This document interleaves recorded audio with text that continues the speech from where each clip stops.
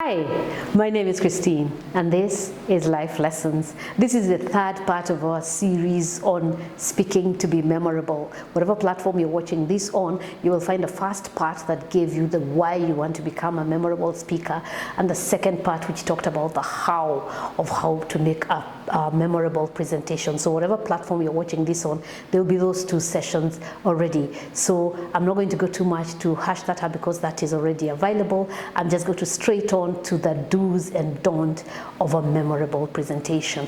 What makes people remember you? What makes you stand out as a good speaker? I want to share just briefly a few do's and don'ts, all right? And now let's start with the do's. I already referred to this in the first two videos. Practice, practice, practice. You will become a better swimmer, a better cycler, a better speaker, a better cook, whatever it is that you're doing, the more times you do it. So you want to practice, you want to take every opportunity to make a presentation, to speak in front of people. And then when you do have opportunity to speak, you want to practice the content over and over. You want to assimilate the content so that then you're able to present in a manner that is convincing to the audience that you are speaking to. I usually say that the practice that you do for your presentation is equivalent to the respect you have for the audience. If I stood in front of you with no notes, with no preparation, and I began to just make noises in front of the camera, you'd feel insulted, you'd turn me off. There's a lot of information coming at us from all sorts of different media. So why would I want to listen to you? Give me a reason to listen to you, and that you do by preparing. You can never over prepare to make a presentation. So make sure that you practice, practice, practice. Another do is this: arrive very early, arrive as early as possible at the venue of the presentation.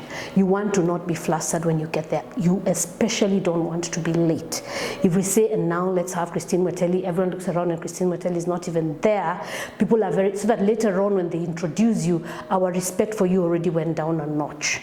If you do arrive right on time or just 2 minutes to spare, you will be flustered, you will be running, you will forget some things in the car, you will run up the stairs, you will arrive all sweaty, you will not be properly prepared and relaxed. So arrive as early as possible. Whenever it's possible for me, I want to arrive at a venue of my speech at least an hour before I'm ready. I'm due to be on stage. And if you've been at any event, if you've prepared any event, you know whatever can go wrong will go wrong. So just be early. It's the best strategy you can do to be able to manage your nerves, to be able to make a memorable presentation. If at all possible, and I referred to this in the first two sessions that we had, if at all possible, visit the venue before. If you can go to the room the evening before, if you can go to the hall the day before, it always helps, because then you're able to visualize, you're able to assimilate, you're able to take in the energy of that space, and that is always very, very useful. So if possible, visit the venue before, but on the day of making the presentation, arrive as early as you can. Number 3, look the part. Look the part. This was said to me at one point early in my career, when a gentleman I was working with told me, you must give us a reason to be in the audience while you're on stage on your own. You must have something on you, whether it be your hair, your face, your clothes, whatever it is that is your strength. You know your strength, and no two of us are the same.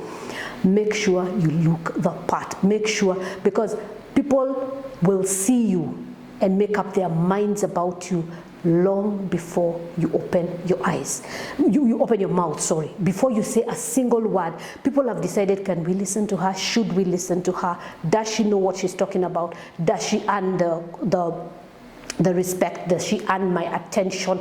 All of that happens long before I open my mouth, long before I say a single word. So you want to look the part. People make a judgment on you in the first 5 seconds. You've had this over and over.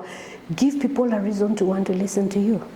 Now, I had a sales manager who taught me this, said, the world likes good-looking people. Don't try to change the world. Now, good-looking people are not born, they are made. Think about the last time you saw a baby. All babies are very cute. They are very beautiful. Everybody loves a newborn because a newborn is cute and beautiful. What makes us crawly, what makes us look bad is the way we live our lives. It's more an internal thing than an external thing, and that's the content of a whole other video. But you want to look your best. I had occasion at one point to meet somebody that I had only known online, and I'm sure that happens all the time. You met this person online, you've had video calls, you know their profile picture, you know how they are, you have a rough idea how they look, and then they appear in person and I'm thinking, who is this? I'm expecting someone else. And she says, no, I'm the one. And I'm like, how? Because the other time she had made an effort. That was a profile picture. She had made an effort. So make the effort. Whenever you see someone looking good, there's a lot of effort that goes into it. Effort in the choice of clothes, effort in what to wear, where to wear it, how to wear it. Sometimes professional help, styling, makeup. Invest in all of that because it is that important. Remember when we were talking about in the first video, we talked about why you want to be a memorable speaker, and we said communication is the single best thing you can do for your career, for your business. It makes it worthwhile for you to look your best. You want to look the part. You want to give us a reason. You want to earn our attention. So whatever you do, look the part. So briefly, those are a few do's of a memorable speech. Let's go into the don'ts. Don't reintroduce yourself. When I began this series, I said that this entire series was inspired by a terrible speech that I had from someone who could do better. And what happened was this person was introduced and all their accolades were read. And when they stood up, they repeated all those accolades so that about 10 minutes of their allocated time is spent on you telling us where you went to school and what you qualified with. While those things might be impressive, they are not what you stood up to tell us. A lot of times you will have been introduced. Now, very often when you're going to be introduced, they will ask you for your profile. Please let us have your profile so that we can introduce you properly. Don't give us your entire CV. There is a specific audience you're speaking to. There's a specific subject you're speaking to. Your introduction is simply supposed to answer the question of why should we listen? So give those pointers out of your profile, because your profile could go into 100 pages depending on who you are. We can't read the entire profile. So give us those reasons, those things that answer the question of why should we listen. So that if I was talking about fish farming, I'm going to talk about I have a fish farm that has this number of fish, I've had fish for this number of time, I export this tonnage of fish. That makes it relevant for this content and for this audience. So you will have been introduced. So you want to tweak your profile to fit the audience that you're speaking to fit the content that you're supposed to be speaking to. So the introducer has introduced you. Don't stand up and repeat. Don't blow your own horn. If the circumstance is you have not been introduced and you have to introduce yourself, you want to become relatable to the people. So give us quite briefly why you should listen. The reason I'm speaking to you today is I'm very passionate about XYZ, and the reason I'm speaking to you is this, and then jump right into because human beings lately have a very short attention span. Do not talk to us for hours and hours about where you have been and what you have earned, because you lose us very quickly.